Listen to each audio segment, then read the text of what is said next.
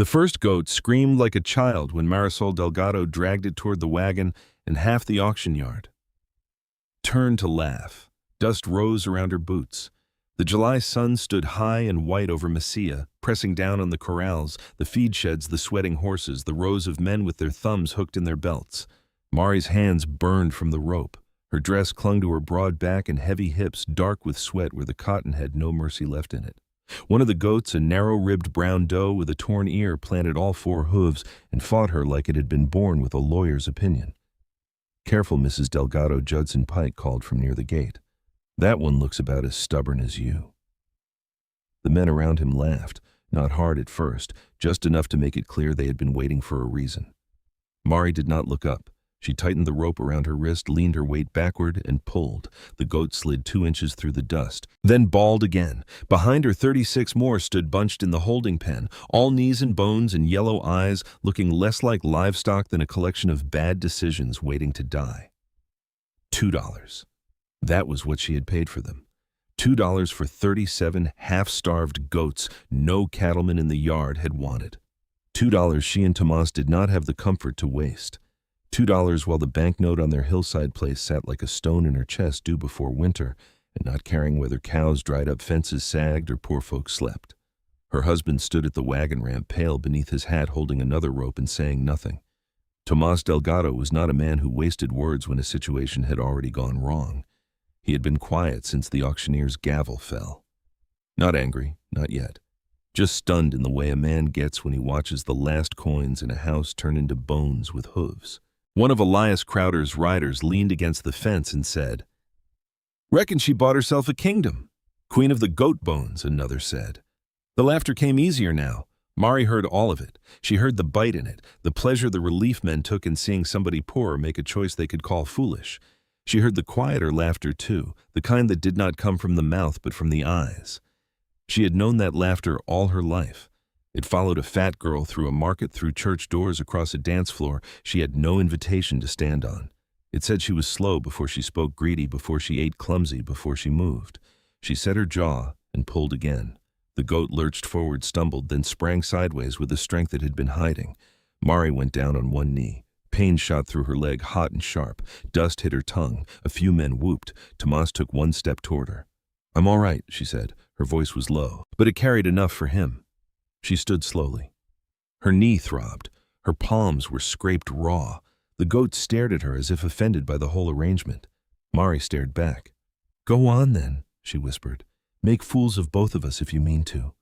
She pulled the animal toward the ramp again, slower this time, letting it think it had chosen the path. It resisted twice, then climbed into the wagon with a stiff-legged leap and went to the far corner, where it began chewing a bit of old straw like nothing of consequence had happened.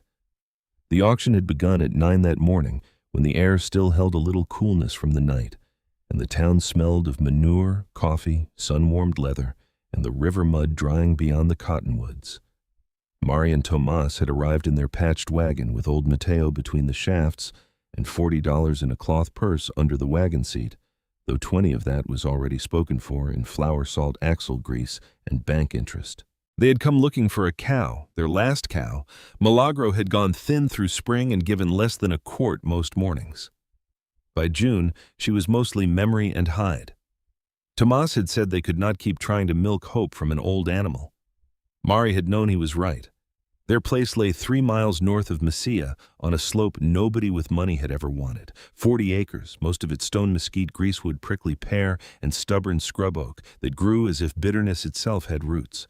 The lower strip near the wash could raise beans in a generous year if the rain came politely and the rabbits had business elsewhere. The rest was hillside. Cattle lost weight on it. Horses cut their legs there. Men with better land called it pretty when the evening light hit it, which was the kind of compliment that meant useless. The good cows sold before noon. One went for $12 to a rancher from farther south. Another, older but still sound, went for $9. Tomas had watched both with his hat low and his mouth set in that careful line he wore when arithmetic was doing him harm. Then the auctioneer came to the last pen. Lot 14, he called with no love for the words. Mixed goats, 37 head by count, poor condition, sold as is, floor at 50 cents. Nobody moved. The goats huddled in the far corner as though shame had weight, Some were Spanish brush goats, some Nubian cross by the long ears, some no breed Mari could have named. They were poor, yes, poor enough to make a soft-hearted person look away, but not empty. Their eyes were bright. Their hooves, though long, were not rotted. Two of the does had udders that said they had milked not long ago. One small gray doe with a crooked ear watched Mari with a steady, sour intelligence that felt almost like judgment. Mari had seen goats like that once before on Doña Luz Ortega's patch of land beyond the Acequia road. Doña Luz owned soil so dry it seemed to resent footsteps, yet her goats had gone sleek on mesquite leaves and cactus fruit. And the cheese she made from their milk had stayed firm in summer heat when butter ran and milk soured before supper. Mari had tasted one white slice under the old woman's ramada and stood there thinking while the desert wind moved dust against her skirt. Goats did not ask land to become grassland. They asked it what it already had. 50 cents, the auctioneer called again. Anybody? Judson Pike laughed. I'd pay a man 50 cents to haul him away from me. That was when Mari raised her hand. Heads turned. Tomas looked at her. Mari, 50 cents, the auctioneer said, surprised. Do I hear 75? Silence. Mari felt the crowd shifting around her, smelling sport. If she let it sit at 50 cents, some fool might bid against her just to see how high he could push the fat woman's mistake. She knew men well enough for that. $2, she said. The auctioneer blinked. $2? $2. The yard went quiet enough for a horse to shake flies off its neck and be heard doing it. Then the gavel fell. Sold. The laughter started before the sound had finished. Now, an hour later, with sweat running down her temples and dust pasted to her skin, Mari had loaded 14 goats and still had 23 to go. Her arms shook. Her knee ached. Tomas worked beside her without speaking, guiding the animals up the ramp, catching the ones that tried to bolt, tying off what could be tied. He had not forgiven the decision, but he had joined the labor. That was marriage, Mari thought. Sometimes faith came later, but the work could not wait for it. Near the water trough, Elias Crowder watched with the easy posture of a man whose land had grass, whose cattle had weight, and whose name sat comfortably on bank papers. He was broad-shouldered, clean-shirted, and dry-looking despite the heat, as if dust knew better than to settle on him. You planning to breed them, Mrs. Delgado? He asked, or bury them. His rider smiled. Mari looped a rope around another doe. Depends which one they prove better at. Crowder's smile thinned. He did not like a poor woman answering level. They'll eat you out of that hill before September. Mari looked at him then. Not if the hill eats with them. He stared at her a moment, decided she was not worth understanding, and walked away. By the time the last goat was in the wagon, the afternoon had gone flat and merciless. Mari's dress was streaked with dust. Her hair had slipped from its pins. Her hands hurt so badly she had trouble closing them. Tomas climbed onto the bench beside her, took the reins, then sat without flicking them. What did you see? He asked. Not, what have you done? Not, are you mad? Just that. Mari looked back at the wagon. The goats shifted and knocked against one another, ugly, restless, alive. I saw eyes that weren't done, she said. Hooves that can be fixed. Does that may milk yet? That ain't enough. No. She looked toward the north road, toward their stony place waiting under the heat. I saw our hill. Tomas turned slightly. She told him then, about Doña Luz, about goats eating brush cattle would starve beside, about the old cheese recipe folded in her trunk, written in her grandmother's tight hand, about miners who needed food that would keep, about heat that ruined milk and butter but might help cure a hard cheese if a person knew how to salt and press it right. He listened without interrupting. The town noise moved around them. Wheels, voices, flies, a dog barking somewhere near the store. At last, he flicked the reins. Old Mateo leaned into the harness and the wagon rolled out of the auction yard carrying 37 animals and every laugh Messia had given them. The road home ran through dust and sun past low adobe walls, Chila patches cottonwoods along the water, and then into the rougher land where the valley began lifting toward stone. Neither of them spoke for a mile. Mari kept her hands folded so Tomas would not see them trembling. When they reached the farm, the goats came down from the wagon badly, loudly, and with no gratitude. One tried to climb the woodpile. Two tangled themselves in the same rope. The gray doe with the crooked ear slipped past. Mari trotted to the edge of the paddock and began tearing leaves from a mesquite branch with serious attention. Then another joined her, then 5 more. Within minutes, the dying herd was spread along the lower slope, eating the thorny brush that had mocked every plow cow and fence line before it. Tomas stood beside Mari in the red evening light. The Organ Mountains darkened in the distance. A warm wind moved over the stones and carried the smell of dust, goat, and something green being bitten open. "You truly believe this can work?" he asked. Mari watched the gray doe lift her head, chewing as if she had known the answer all along. "No," Mari said softly. "I believe it has to." Tomas looked at her then, and she looked back with her scraped hands hanging at her sides and her heart still burning from the laughter. "A thing ain't worthless just because the wrong man is looking at it." He did not answer, but after a moment he walked to the broken east fence and began testing the posts one by one. Mari stayed where she was until the sun disappeared, watching the goats eat the hillside into dusk. By sunrise, 3 goats had found the weak place in the east fence and were standing on the wrong side of it, chewing mesquite with the calm satisfaction of thieves. Mari saw them from the kitchen doorway with a pail in one hand and the other wrapped in a strip of cloth because the rope burns across her palm had opened in the night. For a moment she only stood there. The morning was still gray, the sky over the Organ Mountains pale as old tin, and the yard held that short-lived coolness that came before the sun remembered New Mexico. Then the gray doe with the crooked ear lifted her head from the far side of the fence and looked directly at her. Mari pointed the pail at her. "Don't you start feeling proud?" The doe chewed once, slow and deliberate, as if considering the matter. Behind Mari, Tomas came out, buttoning his shirt hair still damp from the basin. He followed her gaze to the broken fence and the 3 goats beyond it. His face did not change, but his shoulders lowered a little. "That post was sound yesterday," he said. "It was standing yesterday," Mari said. "That ain't the same as sound." They spent the first hour chasing the animals back through the gap, which was less like herding livestock and more like trying to persuade Smoke to respect a doorway. One young buck slipped around Tomas twice, sprang onto an old stump and stood there as if elected to office. Another doe crawled under a wire so low Mari would have sworn nothing larger than a jackrabbit could pass beneath it. By the time the sun cleared the ridge, Mari's dress was dirty to the waist, her knee from the auction throbbed again, and Tomas had stopped saying anything at all. That was how the work began.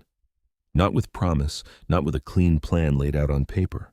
With rot in a fence post, goats in the wrong place, and a woman too tired to admit she was afraid. The east line was the first necessity. Beyond it lay the lower edge of Elias Crowder's bottomland, where grass still grew in a narrow green strip near the acequia. If the goats got there would be talk before noon and trouble before supper. Crowder would not need a reason to look down on them, but Mari had no intention of handing him one tied with rope. Tomas cut 2 new posts from the scrub cedar up behind the house. They were not ideal, too green and too narrow, but they were what they had. Mari held the wire while he reset the line, her bandaged palms burning each time the metal pulled. Every few minutes, she looked toward the herd, counting heads. 37, then 36, then 37 again when one lifted itself from behind a prickly pear and gave her heart back to her. The goats did not behave like cattle. That was the first lesson. Cattle moved as if they believed in direction.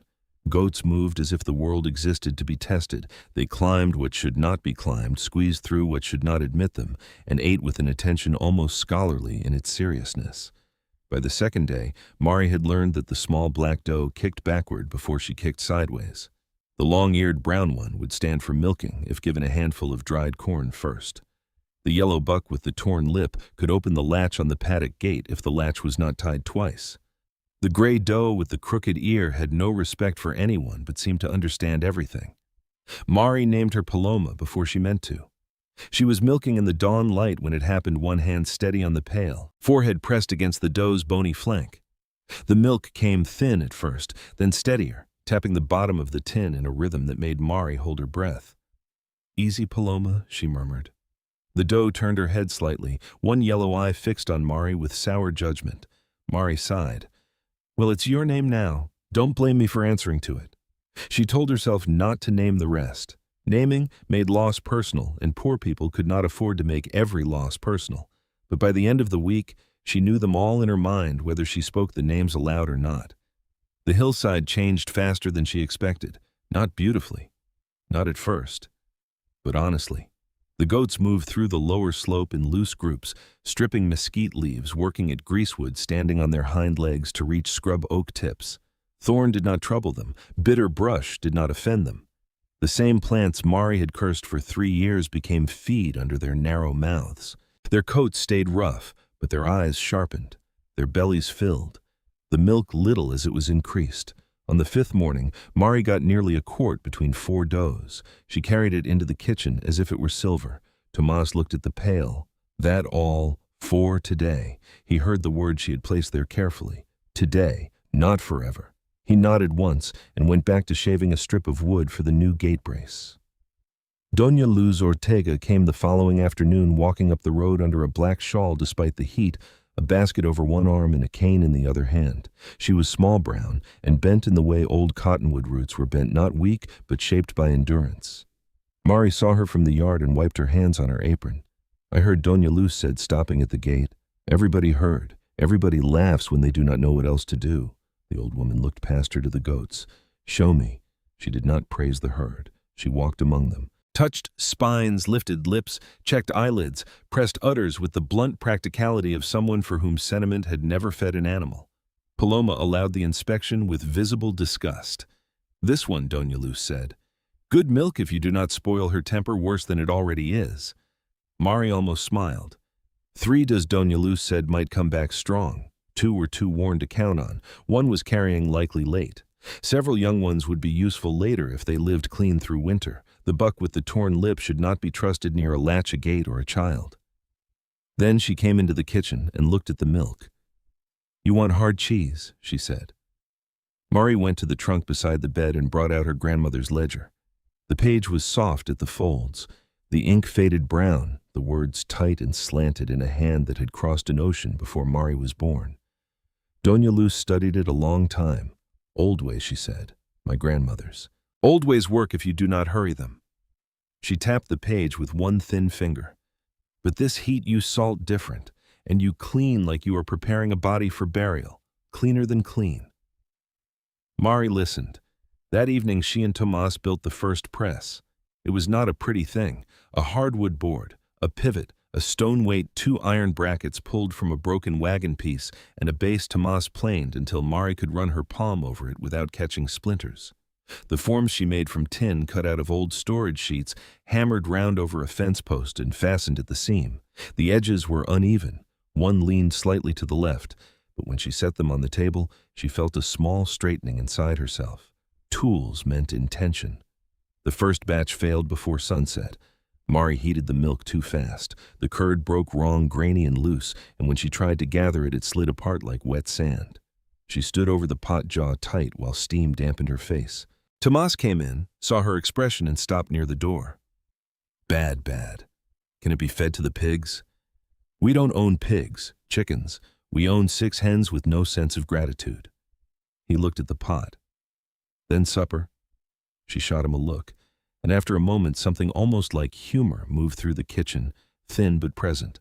The second batch made it into the press and came out sour-smelling by the 3rd day. Doña Luz sniffed it once and told her to throw it out before it taught the cellar bad habits. The 3rd batch held its shape but cracked along one side, dry near the edge and damp in the center. Each failure cost milk, salt, firewood time, and the courage it took to begin again. In town, the story grew without her help. Judson Pike told customers she had bought goats so poor, even buzzards might file a complaint. By the next week, someone said she was boiling milk in a wash bucket. Another said she had taken to making foreign cheese no Christian stomach would hold. Mari heard a version at the store while buying salt and stood with her purse in hand as 2 men lowered their voices just enough to pretend kindness. She went home burning, not crying. That would have made her angrier. Just burning in the chest, in the throat, in the hot place behind the eyes where humiliation lives when it cannot get out. Lucinda Vale came 2 days later with a bundle of clean muslin. I had extra, she said.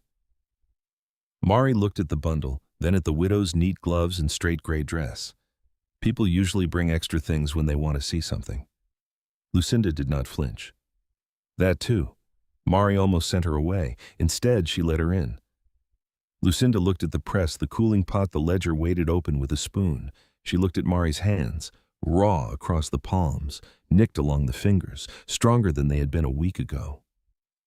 May I ask whether it is working? Lucinda said. Mari gave her a piece from the cracked wheel. Not yet. Lucinda tasted it. Her face arranged itself carefully. "It is rough," she said. Mari waited. "But it is not foolish." That sentence stayed in the room after the widow left. By the 10th day, the goats gave enough milk for a proper attempt. Marie woke before 4, milked by lantern strained through boiled cloth, warmed slowly, watched the temperature, the way a mother watches a fever. She cut the curd when it held clean against the knife. She salted less than fear wanted and more than hope suggested. She pressed with steady weight and didn't touch it too soon. 3 days later, she carried the wheel down into the root cellar. The cellar smelled of earth, lime wash, and cool stone. It had flooded in spring and still held stains along the wall, but Tomas had dug a shallow channel outside to turn the worst runoff.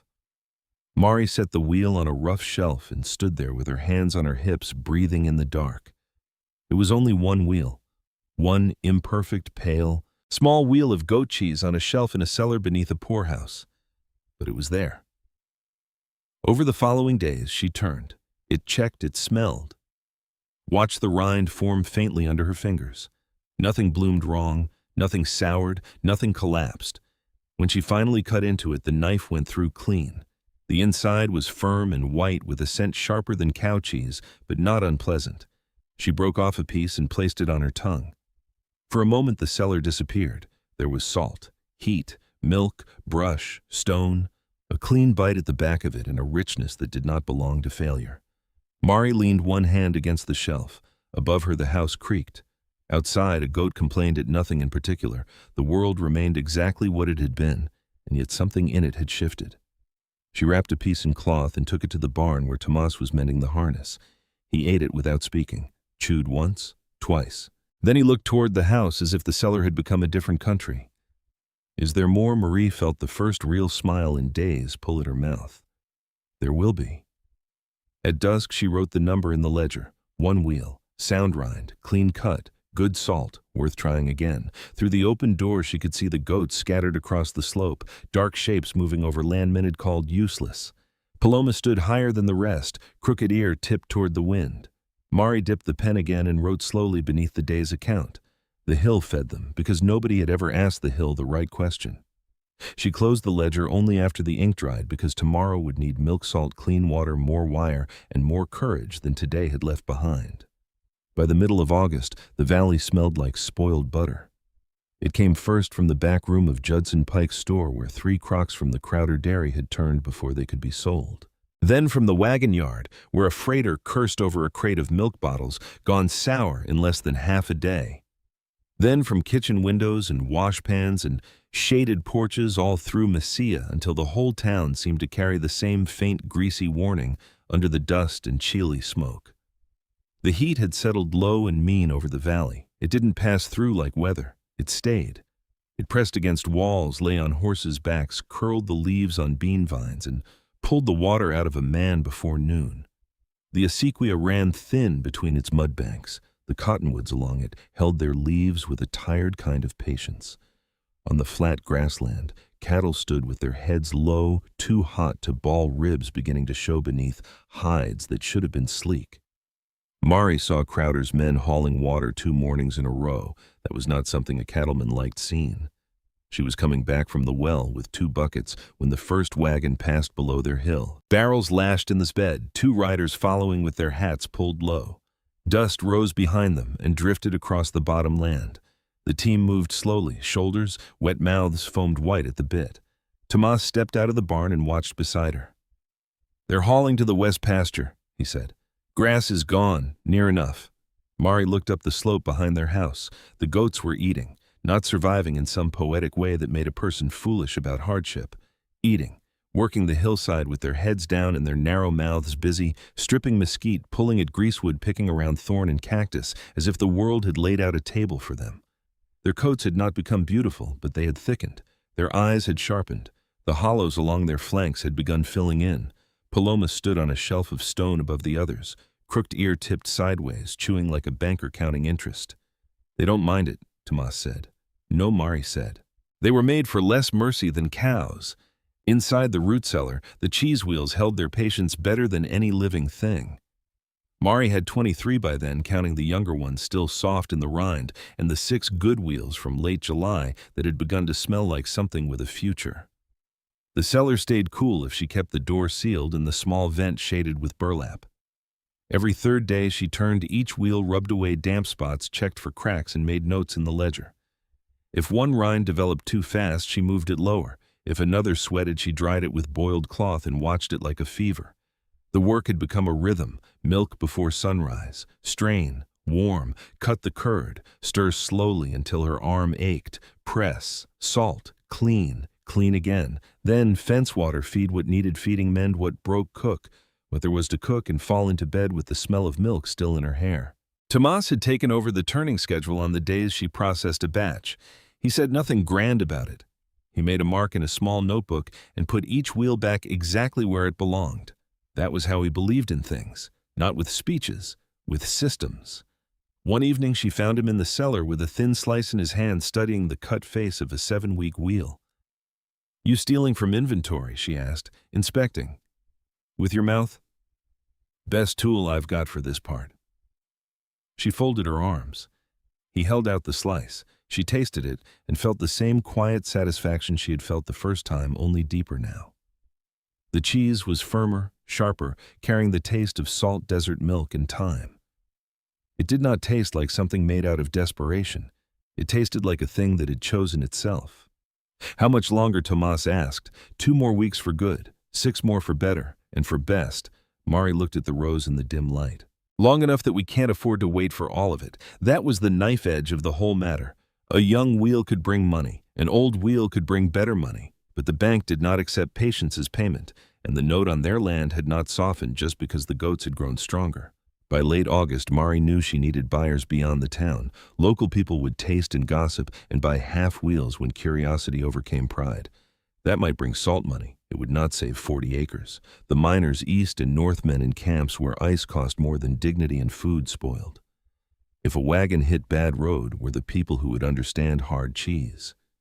Or if they didn't understand it, their hunger would. The trouble was reaching them. Freightmen already had roads, contracts, camps, ledgers, and the habit of being paid. Mari had a wagon, an old horse, and a product nobody outside her kitchen had yet agreed was worth carrying. So she began watching the road. She watched from the yard while milking. She watched from town when she went for salt. She watched the dust lines beyond Mesilla, where freight wagons moved between supply points and mining roads. On the 4th Tuesday of the month, 3 heavy wagons rolled in under canvas iron-rimmed wheels. Clattering teams lathered dark from heat. Caleb Rusk rode the lead wagon. Mari knew his name because Tomas knew freightmen the way other men knew cousins. Caleb was compact, sun-browned, and narrow-eyed, with a beard trimmed close and a manner that wasted no movement. He hauled flour tools, dried beans, lamp oil, tobacco, and whatever else mining camps paid too much for, because distance made everything dear. Mari had brought a wheel wrapped in cloth beneath the wagon seat. Tomas had seen her put it there that morning and had only said that 7 weeks. "Not your best." "No," she said, "but good enough to prove itself. I'm not giving away the best to a man who might spit it in the dust." Now, she stood outside Pike's store while Caleb argued over axle grease, her hand steady, though her heart was not. Judson Pike saw the bundle under her arm and leaned against the counter with interest. "You bringing lunch to the freighters, Mari? Number a sample of that goat miracle." She looked at him. Something like that. A pair of Crowder's riders sat on the rail outside, boots crossed, hats low. They heard and turned their heads. Mari walked past them to where Caleb was tightening a strap on a crate. "Mr. Rusk." He glanced at her, then at the cloth wrapped round. "Ma'am, I've something that may interest mining camps. That's so food that keeps in heat." That got more of his attention than politeness had. She set the wheel on the tailgate of his wagon and unwrapped it. The rind was pale gold and firm beneath her thumb. Not beautiful exactly, but honest-looking. She cut a wedge with the knife she had brought from home and held it out. Caleb looked at the cheese, then at her. "What is it, hard goat cheese? Age 7 weeks. It will go longer and improve. It won't sour in the wagon. It won't run like butter. It won't turn before the 3rd day." One of Crowder's riders gave a low laugh. "Goat cheese. Lord help the miners." Caleb ignored him and took the slice. He ate it without expression at first. Mari watched his jaw move. Once, twice, then stop. The silence lasted long enough for Judson Pike to stop smiling. Caleb looked at the cut face of the wheel again. "How much can you supply?" The question struck Mari harder than praise would have. 40 wheels in 6 weeks if I sell young, she said. Less if I hold longer. Better quality at 10 to 12 weeks. Price, she named it. Not low, not foolishly high. The number she had written and crossed out and written again in the ledger until it stopped shaking in her mind. Caleb studied her. Most people come soft on a first offer. Most people are trying to be liked. That earned the smallest movement at the corner of his mouth. Mining camps eat badly, he said. Bad meat, spoiled butter, beans until a man dreams in brown. This cuts clean and holds shape, salt enough for heat, fat enough to feel like food. He took another slice without asking. That told her more than his face did. I'll take 10 on my next pass if they match this one, he said. Pay on delivery. If the camp buys, we talk standing orders. 5 paid in advance, Mari said, so I can make the run properly. Judson Pike made a soft sound behind her, amused at her boldness. Caleb looked at her again. 3, 5, 4, and I don't argue weight if the wheels are close. Mari held out her hand. 4. His palm was dry and calloused. The shake was brief, equal, and real. She drove home with $4 in coin wrapped in cloth inside her bodice, pressed close to her skin like a second pulse. Tomas was repairing the south paddock latch when she returned. He looked up as she climbed down. Well? She set the coins in his palm. He stared at them. He bought 10 on delivery, she said. Maybe more if the camps take to it. Tomas closed his fingers over the money slowly. That's real. It has been real. I know. He looked toward the hillside, then back at her. But now, someone else knows it. That was the difference. By Sunday, Lucinda Vale carried a small wheel to the church supper wrapped in clean cloth. Mari had not asked her to. In fact, Mari would have told her not to had she known. But Lucinda placed the sliced cheese on a plain plate between pickled beans and corn cakes, saying nothing about where it came from. People ate it. Martha Pike took one slice, then another. A rancher's wife asked who had brought it. Lucinda waited until enough people had praised the flavor before she said Mari Delgado made it.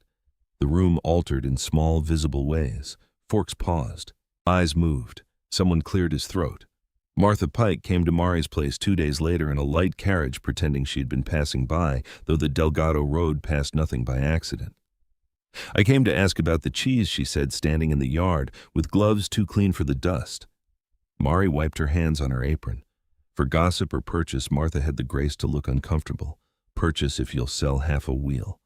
Mari sold it to her at the kitchen table. After that, 2 more women came, then a third, not enough to make them safe. Enough to make the ledger look different. Elias Crowder noticed. Mari saw him one late afternoon at the lower road, mounted on a bay gelding, still as a post, looking up at the east slope where the goats worked the brush. He did not call out, did not tip his hat, just watched. That same evening, Naichi Redsleeve came by with a deer hide folded over his saddle and dust on his shoulders. Crowder's foreman rode near your spring, he said. Mari had been pouring whey into a bucket. She stopped. When yesterday? Again today. He looked at stones like a man pretending not to look at water.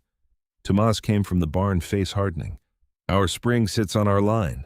Naichi shrugged slightly. Lines on paper walk around when rich men point at them. The next morning, Mari rode to see Abel Yazzie, who kept old survey copies and had a memory for land claims that frightened men who preferred forgetfulness. Abel listened, pulled 2 ledgers from a shelf, and traced the old easement with a thin finger. Passage, he said. Seasonal cattle passage, not water. Can he make trouble anyway? Abel looked at her over his spectacles. Trouble does not require truth, only money and time. Mari rode home with that sentence sitting cold beneath her ribs. At sunset, she stood outside the root cellar door while the heat bled slowly from the stones. Below her, 29 wheels rested in the dark. Above her, the goats moved through brush made gold by the last light. The same heat that had spoiled butter in town had helped dry her rinds clean. The same drought that had thinned Crowder's cattle had strengthened the taste of her milk. What was killing one kind of wealth was proving another. Tomas came to stand beside her. Rusk's wagons leave Friday, he said. I know you worried? Yes. About the cheese? No. She looked toward the road where Crowder had watched from horseback. About what men do when they stop laughing. Tomas said nothing. Mari folded her arms, feeling the ache of work settle into her shoulders, feeling also the hard, clean shape of what she had learned. Heat ruins what is weak, she said, but it proves what was made to endure. Up on the slope, Paloma lifted her crooked ear toward the darkening road as if she too had heard something coming. The letter from the bank arrived on a morning so cold the water in the wash basin carried a skin of ice, thin as onion paper and just as easily broken. Mari had been in the barn since before daylight, milking by lantern with her shawl pulled tight around her shoulders and her fingers aching around the pail handle. Paloma had kicked once, not hard, only enough to state her opinion of winter, then settled with her crooked ear turned toward the wind slipping through the barn boards. The goats breathed little clouds into the dark. Milk struck tin in a steady rhythm, and for a while that sound was enough to hold the world together. Then Tomas came in carrying an envelope. He did not speak right away. That was how she knew it was bad. The lantern light caught the seal on the paper. First Territorial Bank of Mesilla, heavy cream stock folded sharp, official in the way paper becomes official when someone with power wants fear to look tidy. Mari set the pail down carefully. She wiped her hands on her apron, though they were already clean enough. Tomas held the letter out. "It came by rider," he said. She took it, broke the seal, and read while Paloma shifted beside her, impatient with human trouble. The bank was calling the full note early, $240, due in 45 days. The language was smooth and cold: productive capacity, altered risk profile, reassessment of property value, Clause 17 of the original lending instrument. Mari read it once, then again. The words did not change. She folded the letter along its old crease and stood with it in her hand.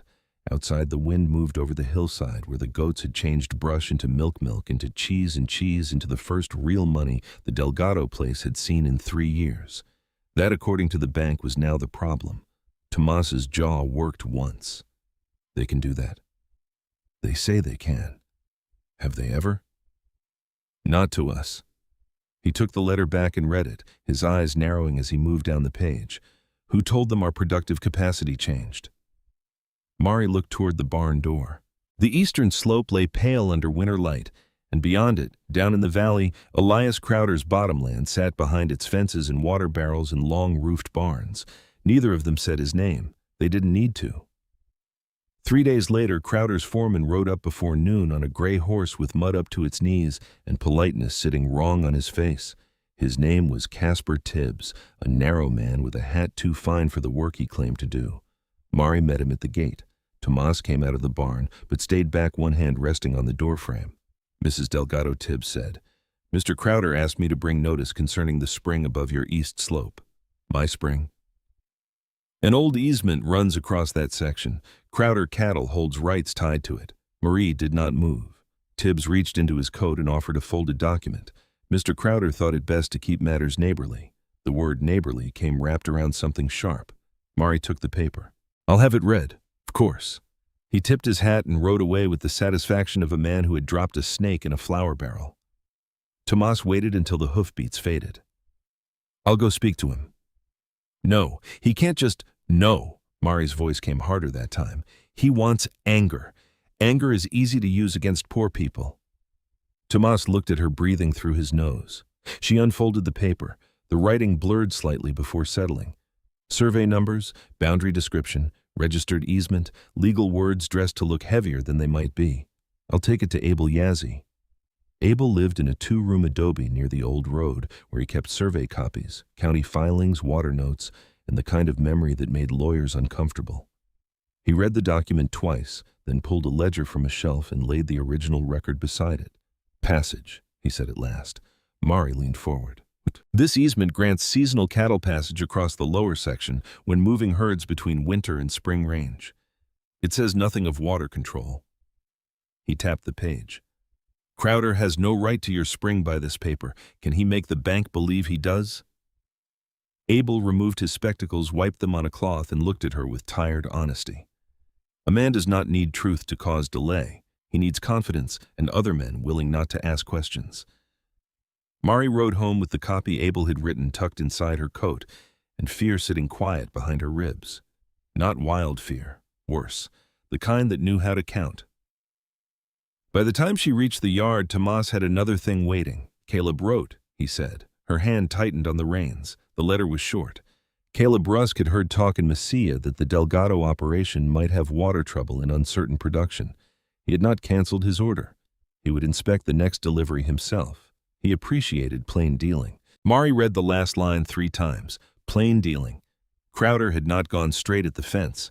He had gone at the roots. Bank, water, freight, money law, and trust. 3 doors closing at once. That evening after chores, Mari sat at the kitchen table with both ledgers open. Tomas stood near the stove, arms crossed, watching her add numbers that did not become kinder for being added carefully. If Caleb's December payment arrived on schedule, they could get close to the note. Not comfortable. Close. If local sales held, if no animal got sick, if the bank did not move faster, if the weather behaved, there were too many ifs for a house so small. For 2 weeks, Mari did not stop. She milked before dawn until her knuckles stiffened around the pail. She warmed milk with her eyes fixed on the thermometer. Cut curd, pressed wheels, salted rinds, boiled cloths, scrubbed forms, turned the aging rounds in the cellar, wrote to the bank demanding the basis of their notice, wrote to Caleb stating plainly that the water claim was false, and asked Abel for a signed assessment of the easement. She did not sleep so much as fall down between tasks. Her body took the work and charged her for it. Her back ached from lifting milk pots. Her feet swelled against her boots. The raw places on her palms cracked open again. Some nights, she sat on the bed edge, unlacing herself from the day, and felt every cruel joke ever made about her weight come back like a creditor. Heavy, slow, built wrong for grace, built to be laughed at in a yard full of men. Then morning came, and Paloma needed milking, and the cheese needed turning, and insult did not do the work any better than sympathy did. One cold afternoon, she found a young doe down near the lower rock's leg, swollen from a snakebite, eyes glassed with pain. The animal was one just coming into milk, small and brown, not named aloud, though Mari knew her as Rosa in the private place where names lived. There was nothing to be done. Mari sat with her until the shivering stopped. Afterward, she walked back to the barn and washed her hands in water, gone pink, then leaned both palms against the table and breathed until she could stand upright. Tomas found her there. "Come sit. If I sit, I won't get up." He didn't argue. He only stood beside her until she did. Then the rain came. It began as a hard ticking on the roof before midnight and became a roar by morning. 3 days of it. Rain falling out of a low iron sky, turning the yard to black mud swelling, washes cutting gullies through roads that had been dust the week before. The valley road east went under by the second day. Caleb's wagons were trapped beyond the junction, Mari knew before the message came. She had stood at the window with the ledger in her hand and calculated the loss against the calendar. Without Caleb's payment, they were $4 short. 4, not 40, not 100. $4 between them and the bank's hand closing around their land. Tomas sat across from her while rain ran down the glass in silver ropes. "We can borrow 4, from whom Mari asked. Lucinda Martha Pike. Every house in this valley is measuring flour and firewood. I can ride south and come back with what? A promise, another debt." She closed the ledger. "If we walk into that bank with exactly $240 and nothing more, we pay today and crawl tomorrow. That is what Crowder wants." Tomas was quiet. Mari looked past him toward the cellar door. Beneath the house, the oldest wheels waited in the cool dark, the best work she had done. September wheels. 10 weeks, 12 in number, with 8 younger rounds behind them and 4 half wheels that could sell to smaller buyers. The thought came whole, not gentle, not safe, whole. "Caleb is stuck at the East Junction," she said. Tomas looked up. "So are the other freight crews. If the road is flooded behind them, they are sitting there with hungry men, delayed cargo, and no fresh supply coming through Mesilla." "No. The hill road stays above the wash. In summer, it drains. In summer, Mari." She stood. The chair scraped hard against the floor. "I am done waiting for men to decide whether my work is real." The room went still except for rain. Tomas looked at her as if he had heard not only the words but the place inside her they had come from. Before dawn, Nietzsche Redsleeve rode in under a wet blanket, his horse steaming in the dark.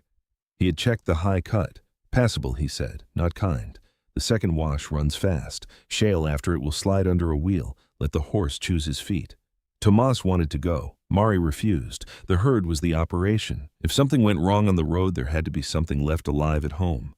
They loaded by lantern. 12 long-aged wheels, 8 younger, 4 halves, all packed in straw and wrapped against rain. Mari touched each one as she placed it, feeling wait rind time work. She left before sunrise. The hill road was worse than she admitted to herself, and not as bad as fear had promised. Mateo picked his way through mud and wet stone with old horse caution. At the second wash, water ran white over rock. Mari got down, soaked her hem to the knees, testing the crossing, then led him through at an angle, heart hammering as the rear wheel struck stone and lurched.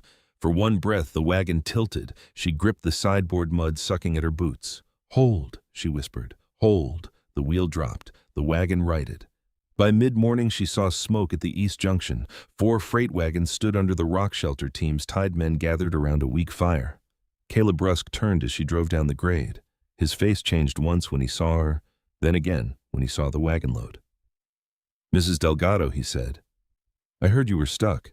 You came by the hill road. I brought product." That was all she had strength for. She cut open a 12-week wheel there in the cold rain. The rind was deep gold. The inside was firm, pale, and clean as bone.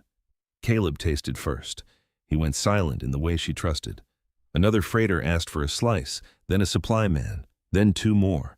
The morning became numbers, knives wet, paper coin, and hard bargaining. Mari sold 22 wheels before the fire burned low and secured written orders for 40 more after the thaw. Once she promised 6 wheels twice, caught herself. Corrected it plainly, and the supply man nodded as if honesty were a better contract than smoothness. When she counted the coin and orders on the wagon bench, her hands were so cold she nearly dropped them. $261. She sat a moment in the rain, breathing, not saved forever, but not beaten today. She reached home near dark. Tomas was at the gate, coat soaked, face carefully empty because hope had become too dangerous to show early. Mari set the brake. Her legs trembled when she climbed down. $261, she said. His hand tightened on the bridle. Cash coin and written orders. She touched the inner pocket of her coat. Enough for the note, enough to make them listen. The rain had thinned to mist. Behind the house, the goats shifted in the paddock. Somewhere, Paloma gave a sharp complaint as if the day had inconvenienced her personally. Tomas looked toward town, though the bank could not be seen from there. "You mean to pay them?" "I mean to pay them," Mari said. "Then I mean to ask for more." He turned back to her. She stood in the mud, wet to the skin, broad and aching, and no longer bent by the laughter that had once followed her out of Mesilla. "They called it risk when I made barren land useful," she said. "Now they can call it business." Tomas did not smile, but something in his face eased. He led Mateo toward the barn. Mari followed with the canvas dripping behind her, already thinking of ledgers, receipts, Abel's paper, Caleb's orders, and the dark wool dress she would wear into the bank. Mari wore the dark wool dress to the bank, though the hem still held a faint brown stain from the last time she had worn it to bury a child that had never drawn breath. She had not thought of that when she took it from the peg. Only after she buttoned the front and pinned her hair did she notice the mark, small and stubborn, near the seam, and for a moment her hand rested over it. The house was still cold. Dawn had barely lifted behind the Organ Mountains, and the goats outside were beginning their impatient complaints, unaware that paper and coin could decide whether a hillside belonged to the people working it. Tomas stood by the stove with coffee in one hand. He had shaved. His good shirt was clean but frayed at the collar, and his eyes carried the wakeful look of a man who had slept beside worry and risen before it. "You want me inside with you?" he asked. Mari tied the leather wallet shut.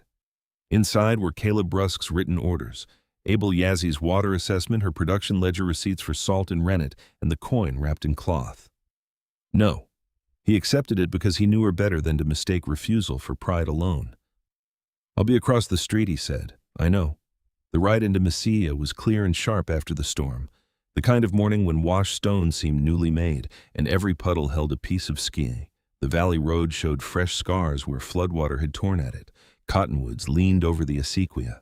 Crowder's bottom land lay flat and brown beyond its fences, the grass thin from summer's long punishment.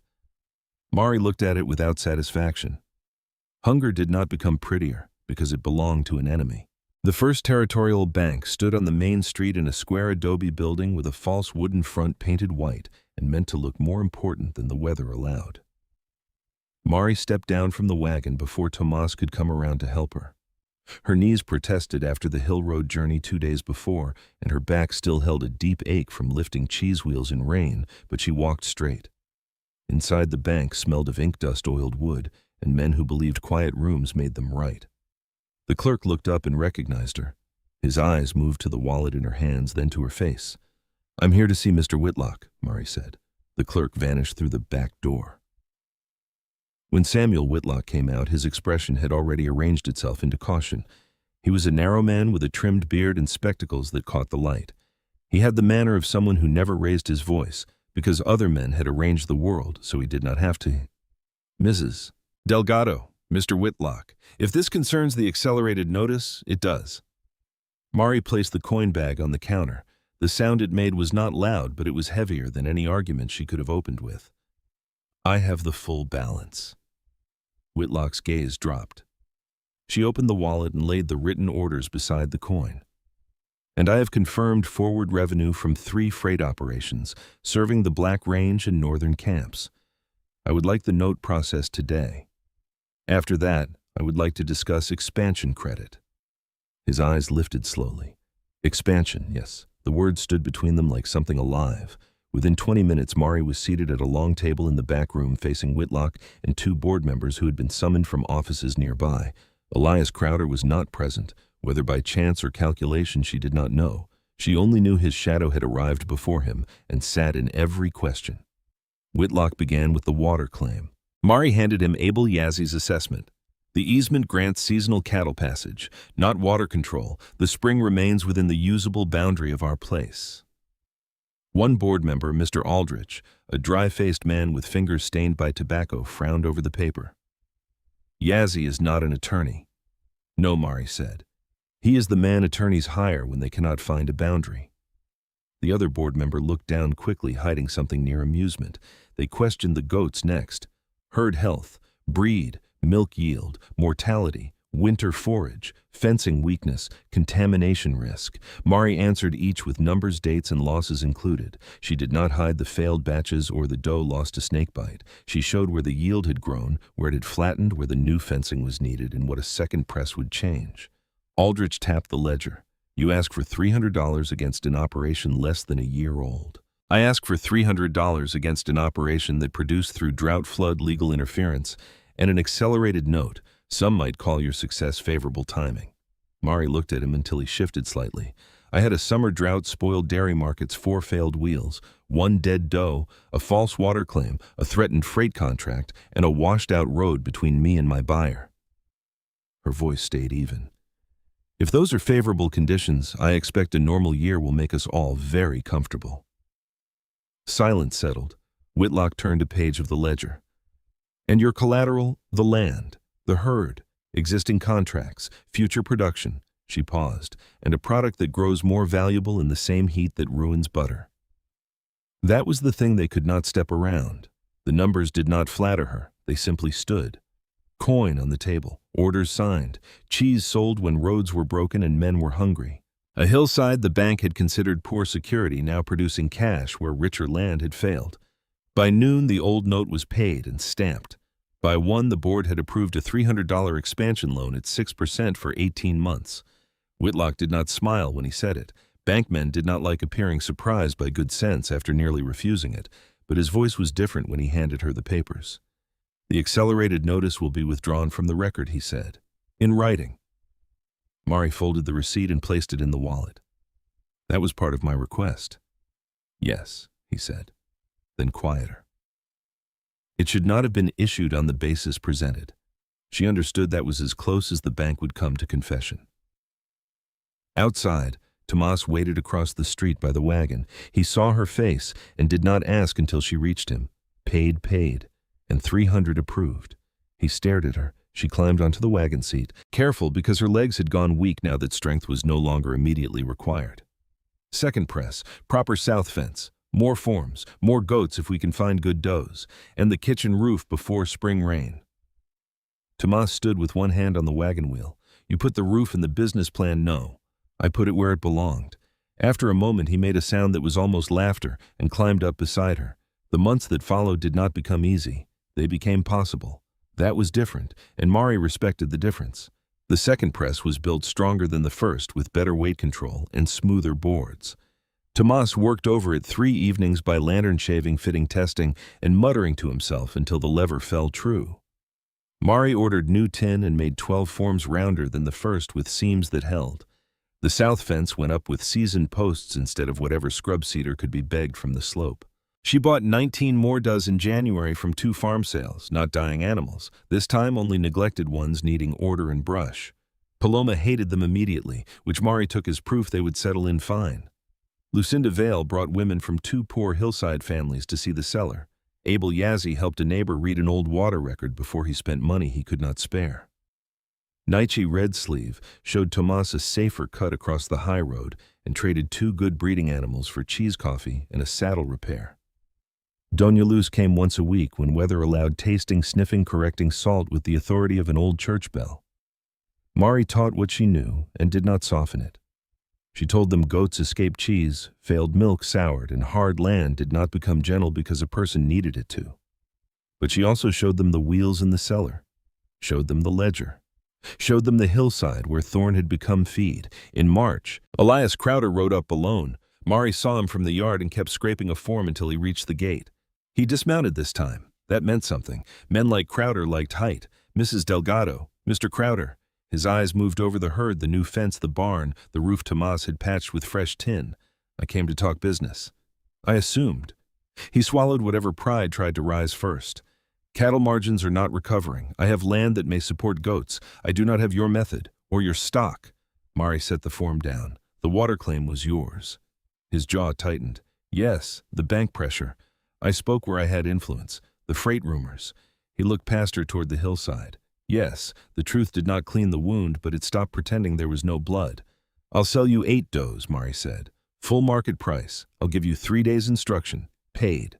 You will put in writing that all claims against my water and production are withdrawn. You will not interfere with my buyers or any neighbor I teach. Crowder looked back at her, then really looked. Those are hard terms, no, Mari said. Those are clean ones, he agreed. It was not forgiveness. It was a fence built in words. Spring came in April with wildflowers along the wash and new green on the mesquite. The Territorial Agricultural Exhibition opened in Mesilla with quilts, hogs, preserves, cattle, butter, grain, and all the pride a hard country could gather under one roof. Mari entered 4 wheels of cheese, the oldest age 14 weeks. She expected nothing and told herself that twice. Still, when the judge read first place for hard goat cheese from the Delgado hillside, the air left her for a moment. Applause began near the back where Lucinda stood with the Gerard family and 2 women Mari had taught to press their first wheels. Then it spread. Martha Pike clapped with both hands. Nietzsche gave one sharp whistle until an old woman frowned him quiet. Doña Luz nodded once as if the result had finally caught up with fact. Even Crowder, standing near the cattle pens, brought his hands together slowly and honestly. Tomas found Mari's hand. He didn't squeeze hard, just enough. The medallion was bronze, small, and heavier than it looked. On one side was the territorial seal. On the other, a motto worn smooth around the edge from handling by officials before her. That evening, Mari carried it down to the root cellar. Rows of cheese rested in the cool, dark, pale wheels, becoming more than milk, more than salt, more than any one day's labor. Above her, the goats moved across the spring hillside, bells faint in the dusk. The land smelled of damp stone and green thorn. Not gentle, never that, but alive. Tomas stood on the steps behind her. You want to hang it in the front room? Mari turned the medallion in her palm. She thought of the auction yard. Judson Pike's laughter, her knee in the dust. Paloma's yellow eye, the first failed curd. The hill road, in rain, the bank table, and the silence after men tasted what she had made. No, she said. It belongs here. She set it on the 3rd shelf between the oldest wheels and the notebook where Tomas kept the turning schedule. For a long moment she only stood there breathing in earth salt milk and time. From the work came the worth, and from the worth came the right to stand. Then she closed the cellar door gently and went back up to the evening where the herd was waiting and there was still milking to do.